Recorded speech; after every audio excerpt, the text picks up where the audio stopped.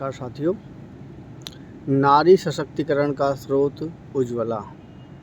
आज का जो टॉपिक है वो है नारी सशक्तिकरण का स्रोत उज्ज्वला।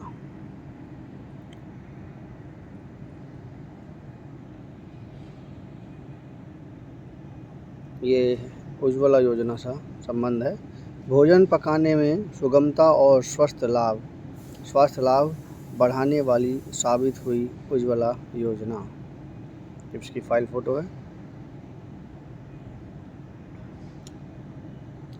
प्रधानमंत्री उज्ज्वला योजना के 10 वर्ष पूरे हो चुके हैं। यह केवल एक सरकारी योजना के दशक भर की यात्रा ही नहीं अपितु भारत के विकास संबंधी दृष्टिकोण में आए एक बड़े परिवर्तन का जीवंत प्रमाण है।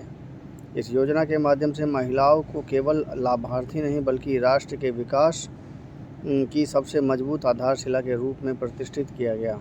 प्रधानमंत्री मोदी के नेतृत्व में 1 मई 2016 की बलिया की क्रांतिकारी घरा से इस योजना की शुरुआत हुई थी।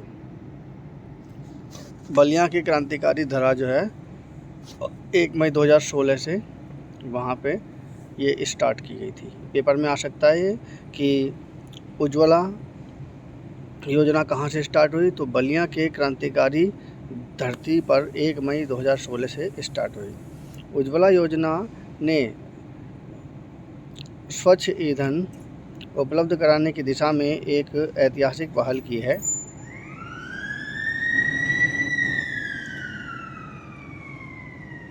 अब जैसे ये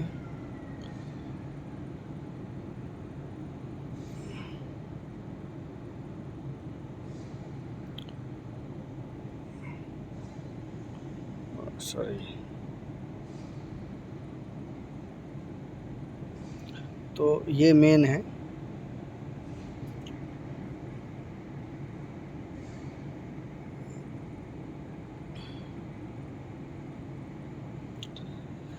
तो उपलब्ध कराने की दिशा में एक ऐतिहासिक पहल की। महिला सम्मान, स्वास्थ्य एवं गरिमा के केंद्र में रखकर विकास के नए सोच को भी इसने राष्ट्र विमर्श का हिस्सा बनाया। सरकार का संकल्प सुस्पष्ट था कि शासन के केंद्र में हाशिए पर मौजूद उस अंतिम महिला को रखे जो दशकों से रसोई के धुएं में अपना स्वास्थ्य एवं सपना गंवा रही थी। मोदी सरकार का एक मूल मंत्र रहा है कि स्थायी प्रगति का रास्ता देश की नारी शक्ति के जीवन की सुगमता से होकर ही गुजरता है। ग्रामीण बहनों के जीवन में आई सहजता ही वास्तव में राष्ट्रीय उन्नति का सबसे ठोस आधार है। और अगर दूसरे शब्दों में कहूँ तो मोदी साहब के जो तीसरा सत्र को आने तक का जो मेन कारण है वो यही सब योजनाएं हैं, जिसकी वजह से सफल होने की वजह से मोदी साहब जी तीसरी बार भी प्रधानमंत्री के पद पर चयनित हुए, जिसमें एक नारी शक्ति की योजना सबसे महत्वपूर्ण योगदान दिया। और ख़ास करके इनके जो स्वास्थ्य से संबंधित जो है हर गांव में जो है शौचालय की व्यवस्था, और ये उज्ज्वला योजना, इसके अलावा ड्रोन दीदी और भी कई सारी जो योजनाएं जो लेडीज़ों के लिए बनाई गई हैं वो सबसे ज़्यादा सफल प्रधानमंत्री की ये बहुत बड़ी देन है। आपको लगता है कि केवल ये एक सिलेंडर देना हुआ, आपको लगता है कि केवल ये एक शौचालय बना देना, गांव में एक शौचालय बना देना, यही केवल एक छोटी सी उपलब्धि है।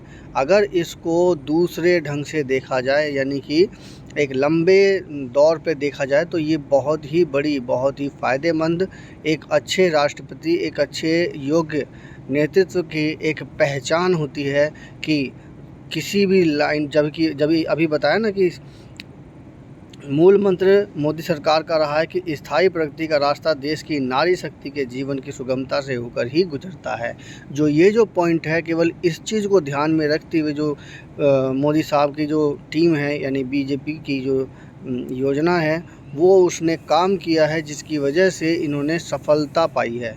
और वास्तविकता भी यही है। इसी वजह से आज तीसरी बार भी मोदी साहब की जो सरकार है वो तीसरी बार भी बीजेपी ही आई। तो कहने का मतलब ये है कि हर किसी भी राष्ट्र की उन्नति में नारी शक्ति का सबसे महत्वपूर्ण योगदान होता है। अब आप सोचिए कि जैसे घर में सबसे पहले साफ़ सफाई होती है और घर में शौचालय की सही व्यवस्था रहती है, तो वो घर सबसे अच्छा माना जाता है। तो सबसे पहले बेसिक चीज़ जहाँ से लेके चले नारी शक्ति की, वहीं से मोदी साहब ने स्टार्टिंग करी। तो सबसे पहले उन्होंने क्या किया, पूरे गांव में स्वच्छता अभियान चलाते हुए शौचालय की व्यवस्था करी। सबसे बेहतरीन काम किया। सबसे पहले ये कहते हैं ना कि घर में लक्ष्मी आती है तो उससे पहले झाड़ू वाड़ू लगा देते हैं, तो घर जब साफ़ सुथरा रहता है तभी जाकर के लक्ष्मी आती हैं। तो सेम समझ लीजिए कि ये किया है। और अगर आपको दूसरे ढंग से देख लीजिए कि अब इतने दिक्कतों के बावजूद भी, जब आज पूरे विश्व में पेट्रोल डीजल की समस्या बन रही है, इसके बावजूद भी हमारी जो पोजीशन है बेहतरीन सिचुएशन में है और गैस सिलेंडर सभी जगह उपलब्ध हो रहे हैं। कितनी भी दिक्कतों के बावजूद भी गैस सिलेंडर की सप्लाई रुक नहीं रही है, चाहे हमें वो रसिया से लेना पड़े, चाहे कहीं और से लेना पड़े, लेकिन हमने वो सप्लाई पूरी करी। तो कहने का मतलब ये है कि नारी शक्ति की जो देन है उस पर, या कहना चाहिए नारी शक्ति का जो कृपा है वो प्रधानमंत्री मोदी जी के ऊपर है, जिसकी वजह से उन्हें रास्ता मिलता चला गया। राष्ट्रीय उन्नति का जो ठोस आधार है वो वहीं से मिला और राष्ट्रीय प्रगति का भी मेन आधार वहीं से मिला। आप सोचिए कि घर में जब साफ़ सफाई रहेगी तभी लक्ष्मी आएगी। समझ लीजिए कि इसी तरह से लक्ष्मी का प्रवेश हुआ।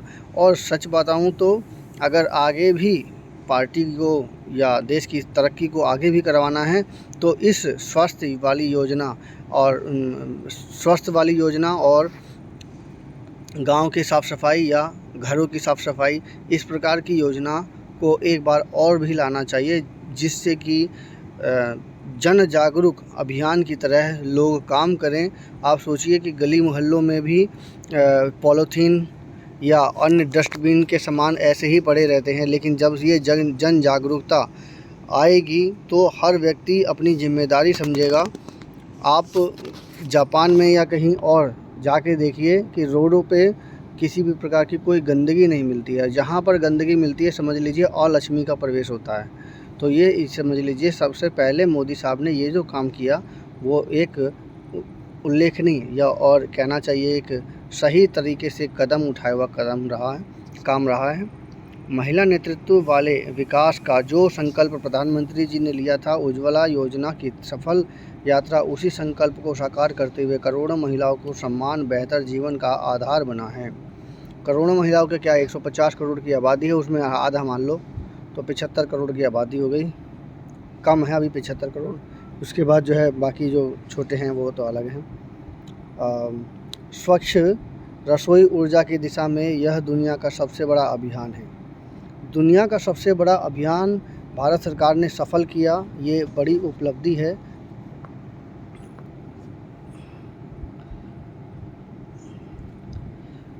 ये क्वेश्चन आ सकता है, मतलब पॉइंट है ये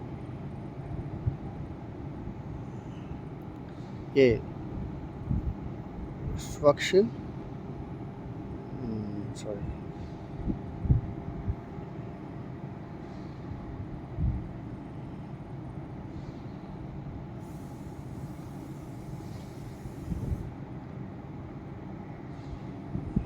सॉरी फॉर गाइस। तो मतलब ये कि जिसे तेज़ी से व्यापक रूप से चलाया गया है।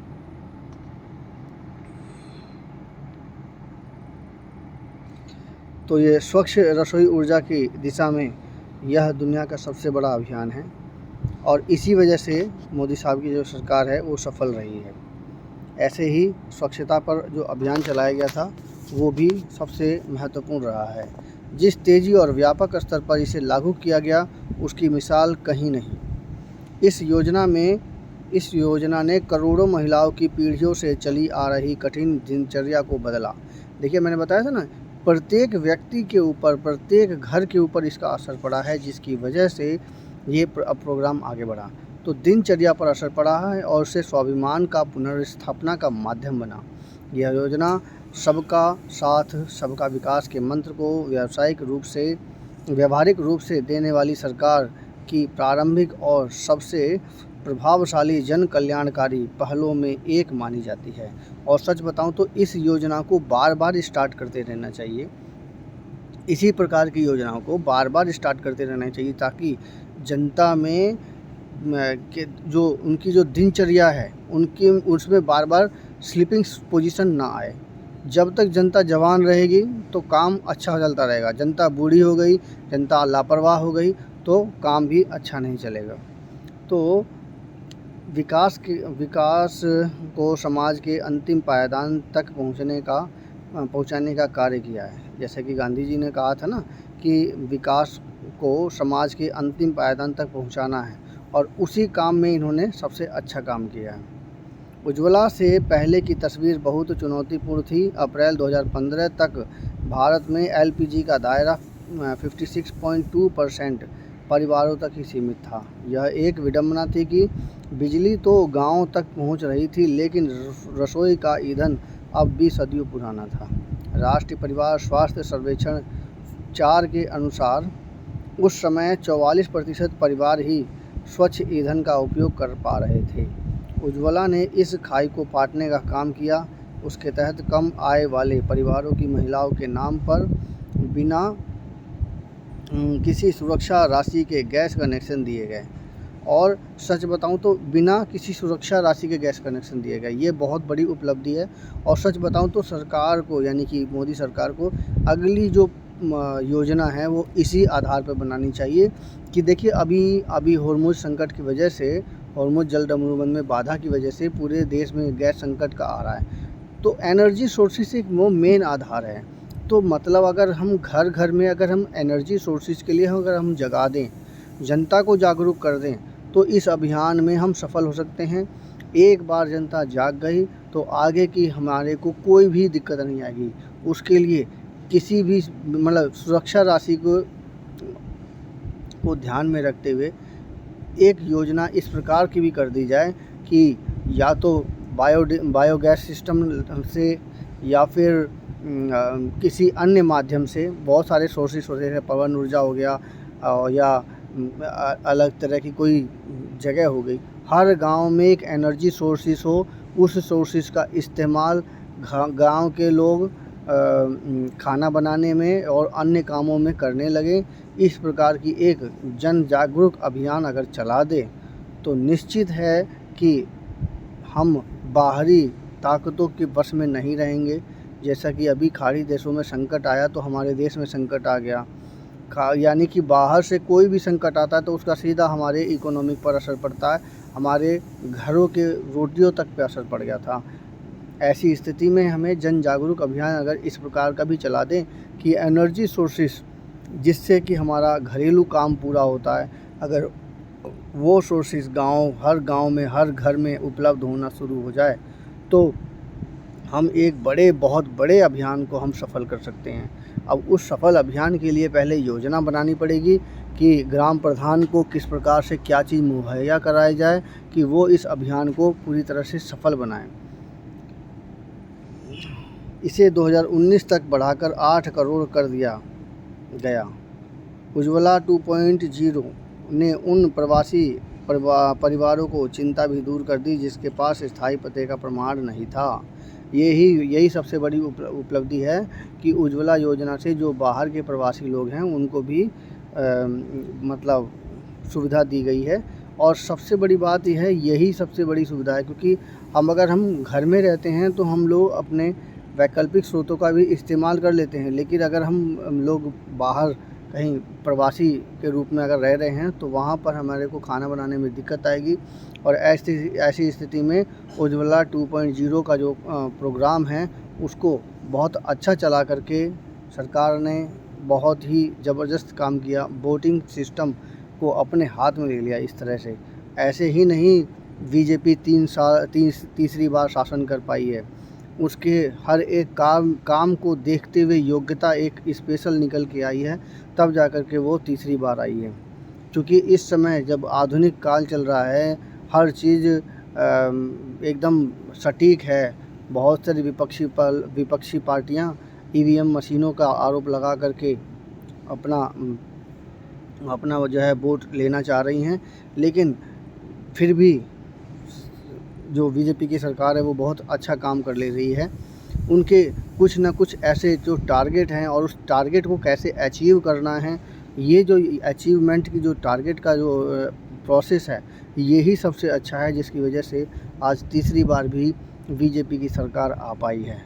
और सच बताऊं तो पहले की तरह जो कांग्रेस या अन्य सरकारें जिस प्रकार से स्थिर सरकार रही, स्थिर सरकार होते हुए भी अच्छा इनकम सोर्सेस नहीं जुटा पाई, जबकि जब से प्रधानमंत्री मोदी साहब आए हैं तब से एक बहुत ही अच्छा रिजल्ट लाते हुए भी व्यापार का इतना अच्छा स्तर बनाने के बावजूद बहुत अच्छी परियोजनाओं को उन्होंने कंप्लीट किया है। इसी वजह से वो तीसरी बार भी सरकार बना पाए हैं। मार्च 2026 तक 1056 करोड़ महिलाएं इस योजना का लाभार्थी बन गई। इस योजना की सफलता सिर्फ कनेक्शन देने तक ही सीमित नहीं, इसके साथ ही गैस वितरण की व्यवस्था का भी व्यापक विस्तार हुआ। 2014 में देश में कुल 14.52 करोड़ गैस कनेक्शन थे। यह संख्या नवंबर 2024 तक बढ़कर 32.83 करोड़ हो गई। देखिए 2024 तक कितना डिफरेंस आया है, केवल 10 साल में। ये कहाँ 14.52 और कहाँ 32.83, तो लगभग ये मतलब 14 दूनी 28 और ये 17, लगभग 17 करोड़ एक्स्ट्रा बढ़े हैं, 17 से 18 करोड़ के आसपास। गैस वितरकों की संख्या में लगभग 2 गुनी बढ़ोतरी हुई है। इसमें से ज़्यादातर केंद्र ग्रामीण और दूर दराज के इलाकों में खोले गए। यही सबसे बड़ी उपलब्धि है कि जो गैस की जो सप्लाई है वो दूर दराज और ग्रामीण इलाकों में भी हो पाए हैं। पिछड़े क्षेत्रों में एलपीजी ढांचे को मजबूत करने में तेल विपणन कंपनियों ने ऐतिहासिक भूमिका निभाई। इसमें जनधन, आधार और मोबाइल की तिगड़ी ने पारदर्शिता के साथ सार्थक भूमिका निभाई। इसके जरिए सब्सिडी का पैसा सीधे लाभार्थी के बैंकों के खातों में पहुंचने लगा। जी हाँ, सबसे बड़ी बात है कि सरकार ने योजनाएं ऐसी बनाई कि उन्होंने बैंक से जोड़ा। कभी एक समय था, अभी हम भी जब थे तो बैंकों में, किसी भी बैंक में खाता खोलने के लिए बहुत कर्म करने पड़ते थे, उसके बावजूद भी खाता खुलता नहीं था। कि आप इसमें 5,000 रुपये रखो, इसमें 10,000 रुपये रखो, तब जा कर के आपका खाता खुलेगा। इस तरह के बहुत सारे मतलब रूल बन जाते थे, अपने अपने रूल, ताकि उससे उनका बैंक वालों का प्रॉफिट हो। लेकिन जब से मोदी साहब आए हैं, उन्होंने जल्दी से जल्दी ज़्यादा से ज़्यादा जनता को बैंक खाते से जोड़ करके उन्होंने ऑनलाइन उसे किया, ताकि ज़्यादा से ज़्यादा जनता बैंकों में अपना पैसा रख सके, जिससे कि जनता मेन शासन से जुड़ी। सबसे बड़ी बात यही है कि जनता किस प्रकार से मेन शासन के कार्यों से जुड़े, और जब तक वो जागरूक रहेगी, जनता को उन्होंने क्या किया, एक्टिव किया है। 15 साल के शासन में हर 1 महीना, 2 महीना या 3 महीने के अंदर कोई ना कोई ऐसी प्रोग्राम मोदी साहब की सरकार लाती रही है, जिससे कि जनता एक्टिव रही है, और जनता एक्टिव होकर के वो शासन के कार्यों में पार्टिसिपेट करा है। जब वो पार्टिसिपेट किया है तभी जा कर के उन्होंने अपना जन अभियान पूरा किया है। और दूसरी बात, इन्होंने कई सारे अभियान इस प्रकार से कराए हैं कि वो जन आंदोलन के रूप में निकले हैं, जिसमें कि बैंक खाते के अभियान से लेकर शौचालय वाला अभियान भी, और तुम्हारा ये नोटबंदी वाला भी प्रोग्राम, और इसके साथ ही ये और भी कई सारे प्रोग्राम एक जन आंदोलन की तरह हुआ है, जिसकी वजह से वो सफल हो पाया है। तो स्वच्छ ईंधन का सबसे गहरा और सकारात्मक असर महिलाओं के स्वास्थ्य पर पड़ा। यही सबसे बड़ी बात है, स्वस्थ मन में ही स्वस्थ शरीर निवास करता है। इसको देखते हुए इन्होंने सबसे अच्छा काम किया कि स्वच्छ ईंधन का सहारा दिया महिलाओं को। लकड़ी और उपलों के धुएं से होने वाली बीमारियां महिलाओं और बच्चों के लिए हमेशा से एक बड़ा जोखिम रही हैं, और जब जड़ ही खराब हो जाती है ना, तो फिर आगे कोई भी समाज या कोई भी चीज़ पनप नहीं पाता है। बस सबसे पहले उन्होंने महिलाओं और बच्चों पर ध्यान रखने के लिए ये जो प्रोग्राम चलाया है, जिसकी वजह से सफलता मिल पाई है। उज्ज्वला ने इस संकट को जड़ से मिटाने का काम किया। जहां भी इस योजना का विस्तार हुआ वहां श्वसन संबंधी बीमारियों में भारी कमी दर्ज की गई है। जी हाँ, हमारा देश जो है कई सारी बीमारियों से पीड़ित है। इवन डोनाल्ड ट्रंप ने तो भारत को नरक का दर्जा दे दिया था, क्योंकि बीमारियां संख्या इतनी ज़्यादा है यहाँ पर। डायबिटीज़, बीपी, श्वसन की समस्या और बहुत सारी बीमारियां इसके अलावा भी, जिससे कि हर जनता का एक बहुत बड़ा प्रतिशत एक स्वस्थ नहीं है। जब स्वस्थ नहीं रहेगा तो स्वस्थ शरीर में स्वस्थ मन नहीं रहेगा। चाहे आप फिलॉसफी में कुछ भी समझाओ, चाहे आप कितने भी कथावाचक सुनाओ, लेकिन जब तक स्वस्थ शरीर नहीं रहेगा तो स्वस्थ मन नहीं रह सकता। तो ऐसी स्थिति में यहाँ पर जो महिलाओं के अंदर जो श्वसन संबंधी जो बीमारियाँ धीरे धीरे करके ख़त्म हुई है, ये मोदी साहब की एक बहुत बड़ी उपलब्धि है, जिसे कहते हैं कि नरक में से बाहर निकालना। और नरक में से वास्तव में महिलाओं का एक बहुत बड़ा प्रतिशत बाहर निकला है। महिलाओं को चूल्हे के धुएं की गुलामी से आज़ाद किया। ये सबसे बड़ी उपलब्धि है कि उन्हें चूल्हे की धुएं से गुलामी से आज़ाद किया। समय की बचत भी इस योजना का एक और क्रांतिकारी पहलू है। ईंधन जुटाने और पारंपरिक चूल्हे पर खाना पकाने में लगने वाले घंटों की बचत में महिलाओं को एक नया आकार दिया। खाना पकाने में लगने वाले घंटों की बचत ने महिलाओं को एक नया आकार दिया। अब वे उस बचे हुए समय का उपयोग आर्थिक गतिविधियों में कर पा रही हैं। कई महिलाएं स्वयं सहायता समूहों से जुड़ रही हैं या छोटे व्यवसाय शुरू कर रही हैं। जब घर में सुविधा बढ़ती है तो सशक्तिकरण की ओर ले जाती है। देखिए, सबसे बड़ी बात है, महिलाओं को समय मिला काम करने के लिए, एक सही सहारा मिला, जिससे कि सशक्तिकरण आया और यहीं से एक नया भविष्य, एक नया भारत की निर्माण होना शुरू हुआ। सरकार, ऐसा नहीं है कि ये पहली बार हो, चाइना में भी कभी चाइना की भी ऐसे ही हालत है। तो सबसे पहले अगर आप जाकर के गांव में घूम लो चाइना के, तो वहाँ पे हर घर में एक दुकान खुली हुई है, ताकि किसी भी चीज़ को, किसी भी व्यक्ति को किसी भी चीज़ की ज़रूरत हो तो वो उसकी पूर्ति गांव में ही हो जाती है। तो इसी चीज़ को देखते हुए महिला सशक्तिकरण को नीति को अपनाया, जिसकी वजह से भारत को भी ये एक बहुत ज़बरदस्त काम हो पाया, भारत इसमें सफल हो पाया। महिलाओं के पास समय होने से बेटियों की शिक्षा और उसके भविष्य का भी बहुत सकारात्मक प्रभाव पड़ा है। और भाई देखो, जब समय मिलेगा तो महिलाएं और जो बच्चे रहेंगे वो भी शिक्षा अच्छी पाएंगे और भविष्य पर भी उसका सकारात्मक प्रभाव पड़ेगा। अब जब यह योजना अपने दशक में प्रवेश कर रही है तो सरकार का पूरा ध्यान उसके निरंतर उपयोग पर है। यह बहुत सुखद है कि उज्ज्वला लाभार्थियों ने गैस की खपत काफ़ी बढ़ी है। साल 2019-20 में यह औसतन 3 सिलेंडर थी, जो 2025-26 में बढ़कर लगभग 5 सिलेंडर पर पहुंच गई है। यह बदलाव बताता है कि लोग अब स्वच्छ ऊर्जा को अपनी आदत बना रहे